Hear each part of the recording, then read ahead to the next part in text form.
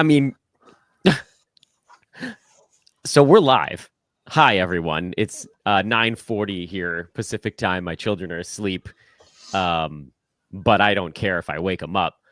I'm Dan. He's Adam. And in case anybody, I mean, why are you guys going live at this ridiculous hour? Although for you, I guess it's not. No, this is my normal post-game show time. So I will still do a post-game show, but it's probably not going to talk about the games. Yeah, I was gonna say. I think we got something else going down. So I'm gonna go ahead and I'm gonna put the Shams tweet on the screen. I'm assuming that everybody that's tuning in right now has already seen the news, which we all just assumed was that Shams got hacked, but Yeah. I think we've been able to confirm now that he has not been hacked. I think so, Many yeah. other newsbreakers have said the same thing. And the news, for those that are listening after the fact, because I will release this as a podcast, the Dallas Mavericks are trading Luka Doncic and two guys you don't have to worry about, Maxi Kleber, although Kleber, when he comes back, he might play a little bit, and Markieff Morris to the Los Angeles Lakers for Anthony Davis, Max Christie, which I'm oddly sad about, and a 2029 first-round pick, sources tell ESPN. 3-team deal also includes the Utah Jazz. Then Shams went on and had a follow-up tweet that included the stuff going on with Utah. But, I mean, before we even get into the fantasy stuff, Kingy, hi, everybody. This is Old Man Squad Fantasy Basketball. I'm Dan Besbris. If you guys are finding this for the first time, please follow me on Twitter at Dan Besbris. Follow Kingy on Twitter at AdamKing91, AdamKing91. My wife was in the shower, like right here, and I burst in, startled the you-know-what out of her, and she looked at me like something horrible had happened. I was like, I think the biggest trade in NBA history just happened. Kingy, is this the biggest trade you've ever seen? I think it's the biggest trade I've ever seen. I was actually thinking about this. I think it's probably the biggest that I've ever seen. Potentially there was something similar in the 60s or the 70s, who knows? But those days don't exist. In terms of as far back as I can remember, yes, and arguably also the most surprising. Like we knew nothing about this, and even I saw Trevor Lane posted a very similar reaction. So he's within the Lakers, like he knows what's going on, and even he seems surprised by this. So the fact that we have not even heard a skerrick of information that Luka was on the block or anything, I'm sort of lost for words. I know, and we were like, well, we should probably go live, and it's like, well, how do we even break down the craziest trade that any of us has ever seen? This is the follow-up tweet from Shams. Lakers, you guys already heard this part. Luka, Kleber, and Markieff Morris. Mavs, Anthony Davis, Max Christie, and a 2029 Lakers first. The Jazz, who helped facilitate this, got Jalen Hood-Schifino, the 2025 Clippers second-round pick, and a 2025 Mavs second-round pick. So they get a prospect, they get a couple of picks just to like help bodies move around and make contracts match up and whatever.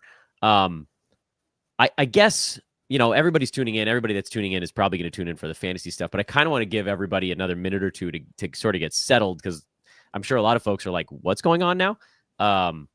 So my thought here is let's talk reality first. Not that this is actually what we do for a living. We talk fantasy, but I mean, who does this make better right now? Because like the Mavs obviously badly need a center, and an Anthony Davis Kyrie pairing is like a relatively decent one by all accounts. A Luka LeBron pairing is kind of weird, and the Lakers now are wildly deficient in the middle because Jackson Hayes is not good. So like I almost feel like in the immediate aftermath of this trade, I kind of feel like the Mavs are in slightly better shape. But if you're looking at like the year 2030, I would way rather be the Lakers at that point, or even like 2 years from now, because they've now figured out what the Lakers post-LeBron era is. It's the Luka era.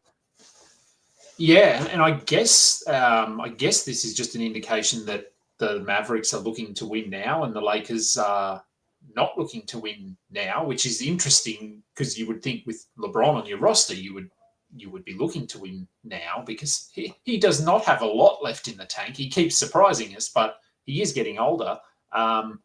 So I think this is. I was just looking at depth charts and rosters and thinking about, well, where does this leave Derek Lively, Dan Gafford? Is Anthony Davis just going to play the 4, which is what he has been vocal about? He has wanted to move away from the center spot. So I assume that he will start at the 4, but then where does PJ Washington fit in? Does he slide down to the 3? And then you've got Klay Thompson still there, who doesn't do a lot, but he's there. Yeah, he's there. Kyrie and Max Christie is now there in Dallas and has to fit in. And so there's a lot of stuff to happen there in Dallas. And then for the Lakers, I mean, as you said, LeBron and Luka is a weird sort of pairing, and they now have, I mean, I'm assuming this means they are going to be very active in looking for a center. Oh, you've got to think so. But now they've traded one of their 2 firsts. So is the other one 2031? Am I remembering that right? It's something like that. So I don't know what pieces they've got that are sought after enough that you can land a piece. So are they just sort of throwing it in this season? But I can't imagine unless Luka's more hurt. Do we think Luka's more hurt than they're letting on? Because if he comes back, I assume they'll just, LeBron only has so much left in the tank. They're going to have to make some kind of run at it. And obviously, the fit is weird, but a combination of Luka and LeBron also sounds like an unbelievably entertaining basketball team to watch. I'll watch the crap out of that team. And I don't care that Jackson Hayes is the center because I'm going to watch Luka and LeBron. Yeah. Lakers fans, I think, are totally fine with this.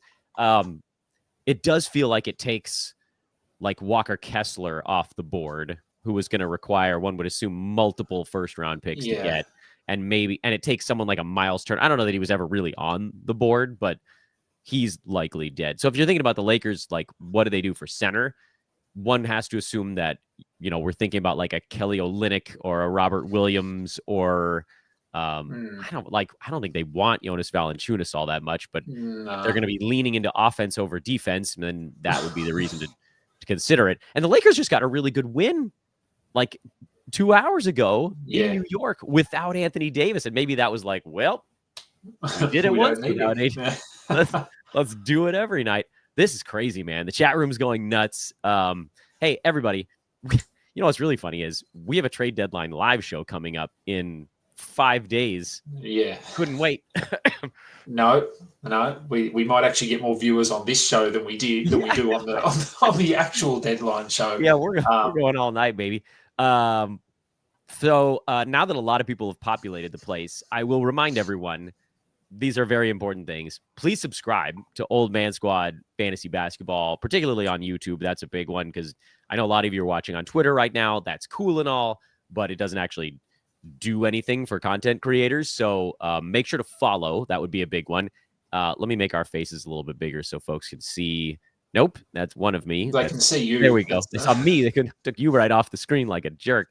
Adam King 91. Follow Adam on social.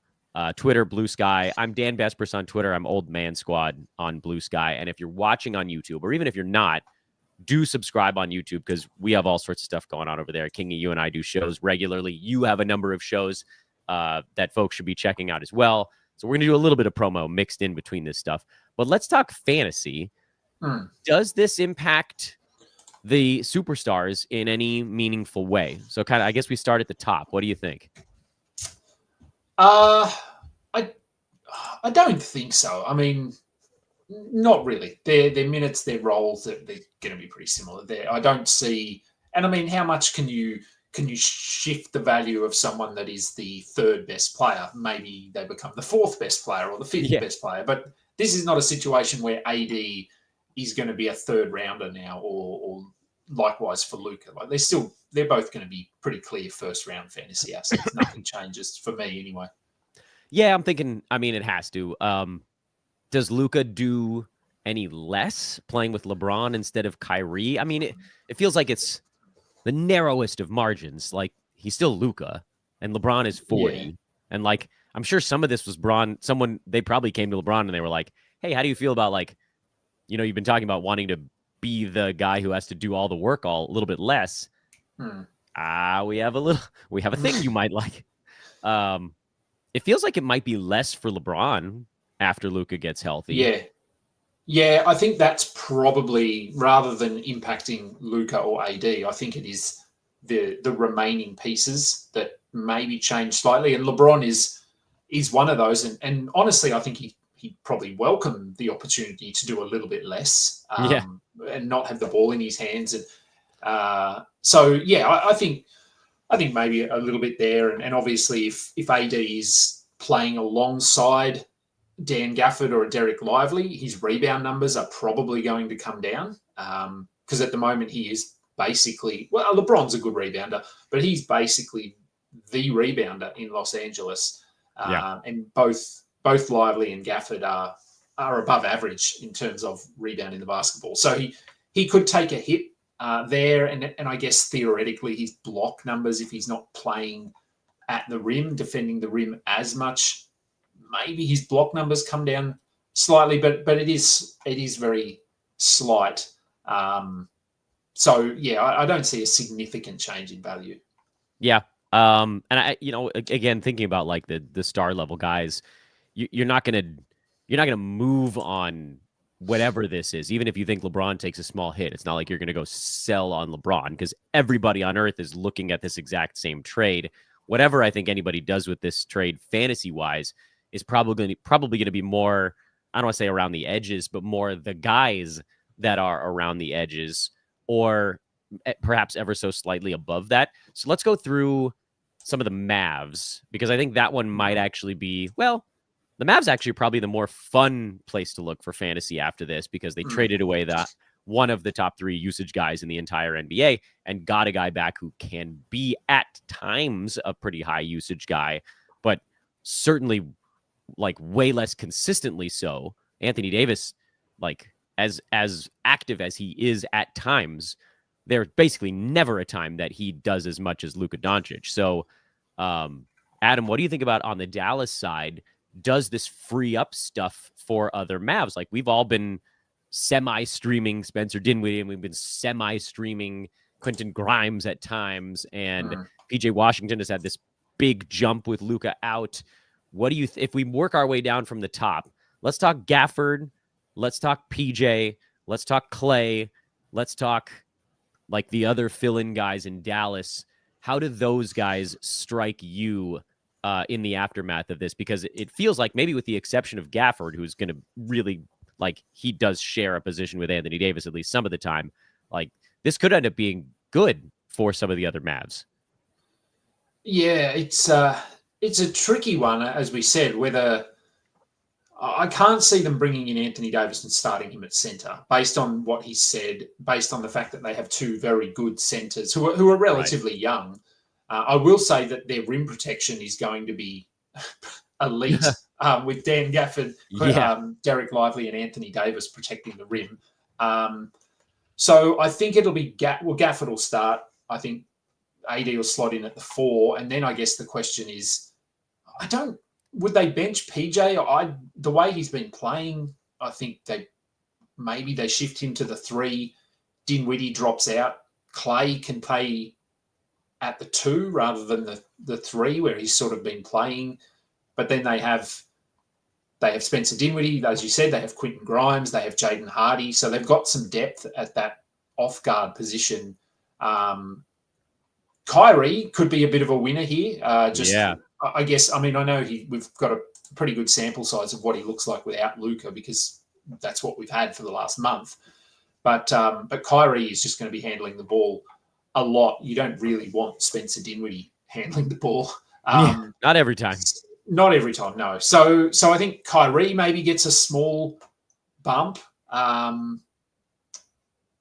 PJ for me is probably the biggest question mark, not in terms of is he a drop or anything. I don't think we're even close to that. But do they start him at the 3? I'm just not sure how he would go sort of guarding someone like a Kawhi Leonard, Paul George, like these elite wing players. I'm not sure he's up for it, but maybe he is. Maybe that's a discussion they had with him, and that's a move. I mean, look, honestly, he can't be worse than Klay Thompson, can he? So maybe that is the way they go, and then they just run Spencer Dinwiddie and Quentin Grimes as the backup guards. Yeah, well, that was well thought out. It does kind of feel like anything is negative for those guys right now because Luka's been out for the last, what was that, Christmas? Was that Christmas Day that he went down? Yes, I think so, yeah. So we've had a sample size of Dallas without Luka, and now they're going to just add a guy who, well, actually, Anthony Davis is out too right now. So these two guys, they're both hurt. We're two hurt superstars. I guess whoever comes back first. So in the interim, the only thing that really happened here is that the Mavs got Max Christie. So that's what this show, that's the headline of this show. Actually, Lakers trade Max Christie to the Dallas Mavericks for nothing, for Markieff Morris. Where does Max Christie fit in? I guess that's the other question, because you could argue that he is him a lot, but I like him too. I don't know. I mean, you could make an argument that he is probably better than Klay Thompson at this point in Thompson's career. So, but they just gave Klay so much money, they can't. I know. Perhaps a foolish decision. Yeah, I think Christie probably, like, the more we sort of talk this through, he's been a rosterable back end kind of 12-team guy, and then with AD out, he's done a little bit more in the last couple of games. So I'd be holding him, but this could be a situation where his role goes from 32 minutes a night to 24 minutes a night, which probably means he would be a drop. Yeah, it does feel like there's a bit of a logjam among those sort of like non-star level guards in Dallas. My take on Dallas is, like you, I still think Daniel Gafford is going to be good because Anthony Davis is, like you said, been questing for the 4 forever. So when he comes back, let's skip over the next week and a half or 2 weeks or whatever it is. Let's just assume we're basically analyzing this for what happens when AD and Luka are actually back for their respective teams. For Dallas, it seems like we're basically in agreement. Gafford's a hold, probably does less than he's doing now, but not like what it was when Derek Lively had just basically punted him from the center spot. Anthony Davis will have big numbers, but if he's playing the 4 full time, it might actually not be quite as great for him. But you're not going to, he's still going to be a first rounder. I think PJ's still going to see plenty of run. I think they're going to almost have no choice but to run because he can space the floor a little bit and he's pretty versatile. So I would hold on PJ. And then obviously Kyrie's going to be fine. And then, like you pointed out, there's basically 5 guys all vying for whatever you want to call it, the shooting guard or whatever minutes, Dinwiddie and Hardy and Grimes and now Max Christie. And so probably all of those guys do end up on the wire.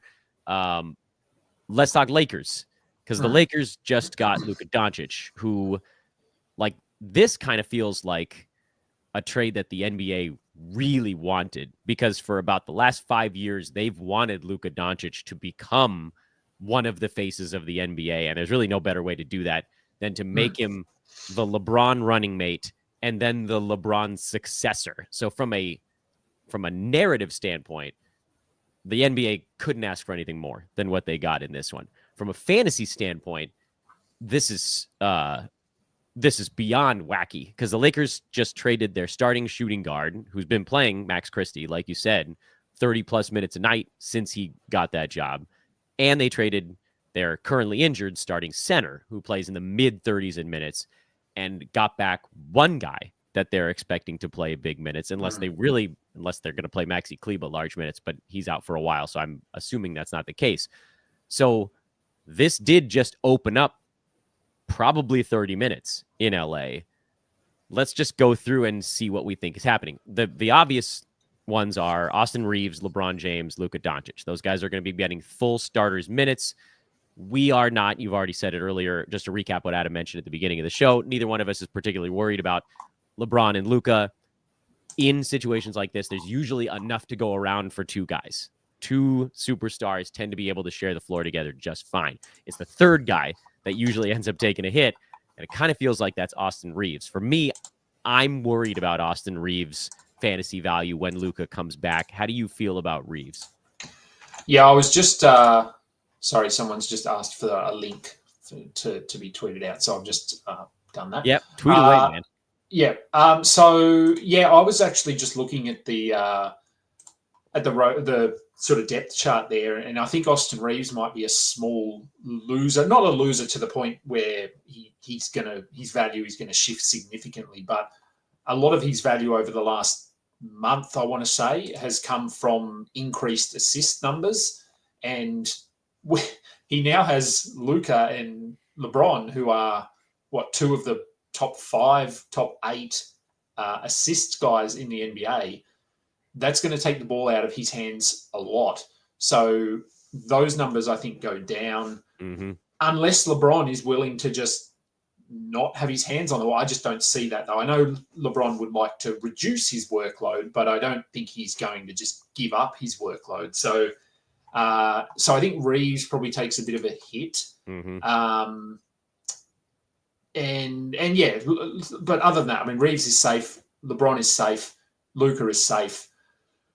And then the rest is, it's. I mean, that center position is the big question mark, because at the moment it's Jackson Hayes, but he didn't really do anything today. No. And behind him they have Christian Koloko. Apparently, Christian Wood still plays for this team. Maybe there's a good injury report coming on Christian Wood in the next day or two that they haven't given us yet. But no, I think DMAC and I were talking last night on my show about Christian Wood and the fact that neither of us can actually remember what injury he has, because he's just been out forever. So I think it's been a few. There was a setback, and then there was another setback, and then they were like, just stop. So maybe they're just going to run the smallest lineup ever. Maybe they're just looking to shake things up. And I've got to think that there's a center trade coming. Doesn't there have to be? Because if there isn't, I don't know that there's an obvious fourth guy on this team, because Jackson Hayes is not good enough. Sorry to those watching the show that are deeply in love with Jackson Hayes. If he can't get playing time with Anthony Davis out, and like now Luka coming in as well, it's just not going to happen. And if Jackson Hayes, if they tried to give him 30 minutes a night, I promise you he would foul out before he got to the 30 minutes. So, like, they're not going to do it. And even if they tried to, it wouldn't work. So wipe him off the board. When Luka's back, and I mean, like Reeves, I guess, is the point guard. Is the Luka and LeBron, you could kind of put it a lot of places, but they're both a little, LeBron's old, and so that has made him now slow. Luka's just not a super fast dude. So, I don't think the Lakers want to run those guys at smaller positions than they are, because they won't be able to keep up. So they probably would rather run LeBron at the 4 and Luka at the 3. And so that leaves an opening at the 2 and the 5. Or they slide him down and, Luka is the shooting guard and they start like Dorian Finney-Smith or Rui Hachimura. Thing is, any of these guys playing alongside Luka and LeBron could get enough open looks to generate something, but probably not enough consistently. So my eye on the Lakers, as much as I'd love to tell you guys to go pick up Dorian Finney-Smith, because I do think he's probably going to play 30 minutes a night, but you're going to get a line like tonight, which was a good one. He had 15 points and he hit 5 3-pointers. He had 2 steals, but DFS doesn't rebound. And it took him going 5 for 6 shooting to get to that kind of a good night. So I'm not a believer in Dorian Finney-Smith for fantasy purposes in this role. He needs to be in a spot where he could actually get enough shots up consistently to do it. Rui, to me, would have a slightly better angle at it because he's more aggressive offensively when he's on the court. But the Lakers are also, like, if he's not knocking down shots, he's a massive liability. So I don't think he's going to be the long-term answer there either. I think, and I hate that this is the answer because I'd love to have been able to come on a live show and scream at people that there's this immediate pickup. I think the pickup is whoever you think the Lakers trade for at center. How do you feel about that? Yeah, I think so. I mean, I think it's, as of right now, it's probably Jackson Hayes, just because he has the starting role. He's not doing a lot with it, but it's probably him. It's not appealing. It's not fun, but it probably is true. Yeah, look, I think they're going to have to trade for someone. I guess given they have Austin Reeves, LeBron James, Luka Doncic, starting to merge those players together. Luka Doncic as three of their starters. They are three pretty elite scorers, so they don't necessarily need to target a center like a Vooch here, like someone that is more offensively minded. So do they look at someone like a Robert Williams or a Mitchell Robinson?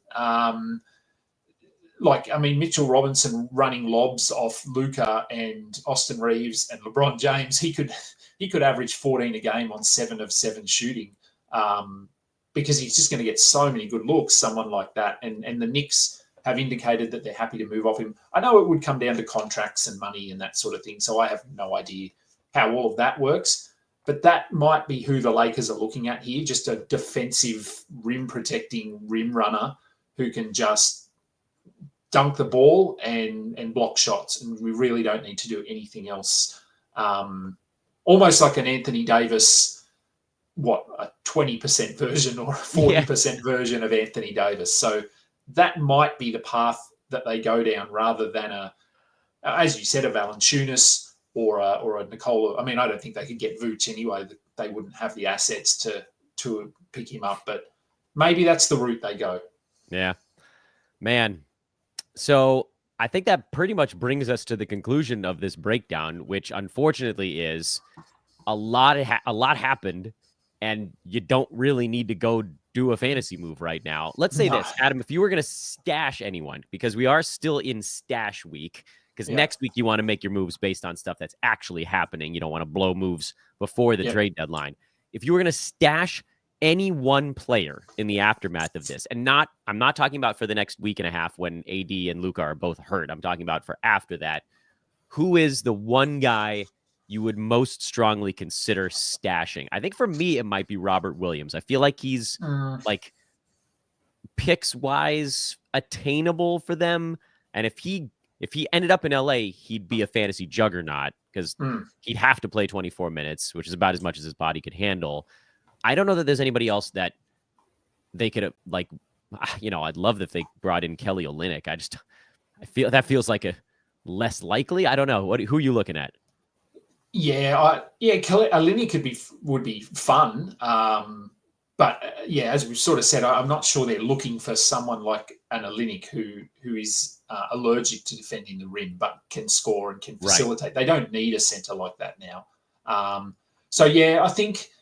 I was just looking again there at Dallas. There's no one in Dallas, I don't think, that we need to be stashing here. I think it's, as we sort of discussed earlier in the show, this is a case of there's probably too many cooks in the kitchen now, especially in the backcourt. So I don't think we need to be stashing anyone there.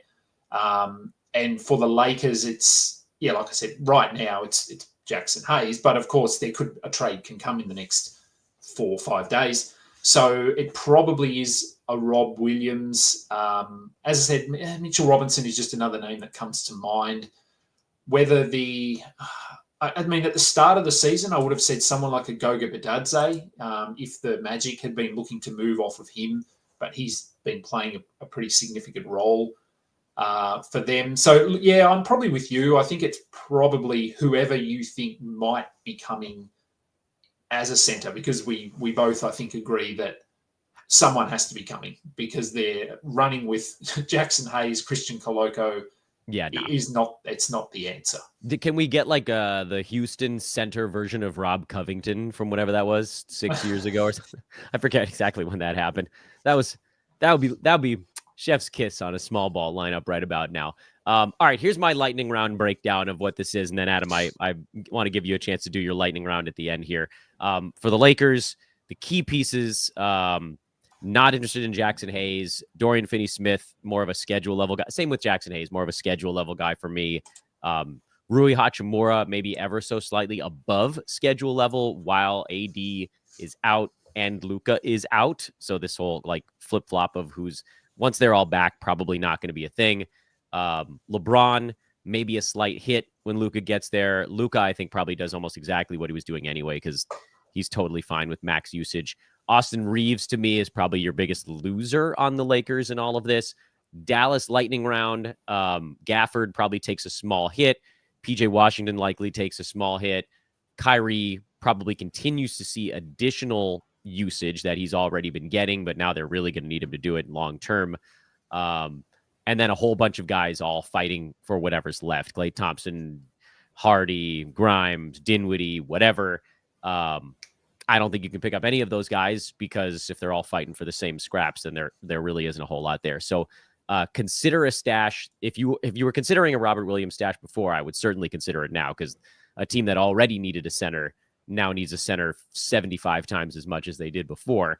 And if you're looking for something in the short term, pre-Luka's return, Rui Hachimura, probably the guy who gets to do a little bit more in the near term. Adam, what's your lightning round on the two teams, and then we'll let everybody go to bed finally. Yeah, I think, I think we're sort of in agreement on a lot of it. I think, for Dallas, it's small hits to Gafford, Washington. Kyrie is not saying he's going to get a bump in what he's been doing, but it's just probably sustainable now for rest of season rather than let's see what happens when Luka gets back.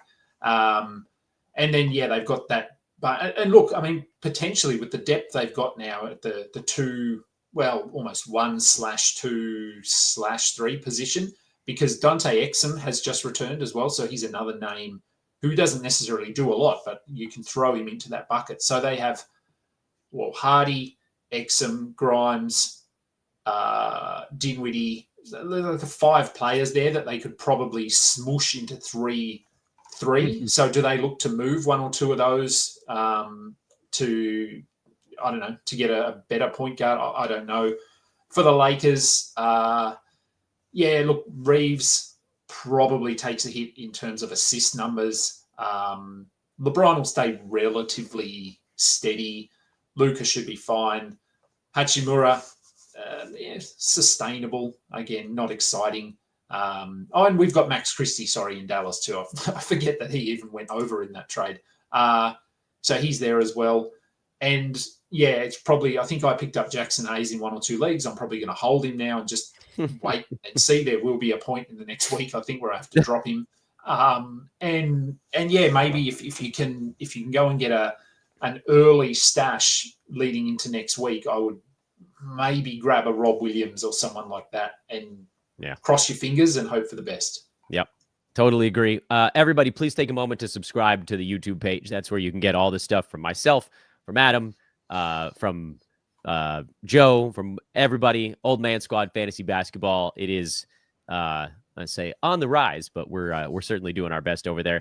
Follow on social media. I'm at Dan Besbris. Adam is at Adam King 91 on both platforms. I'm Old Man Squad over on Blue Sky, and my name Dan Besbris on Twitter.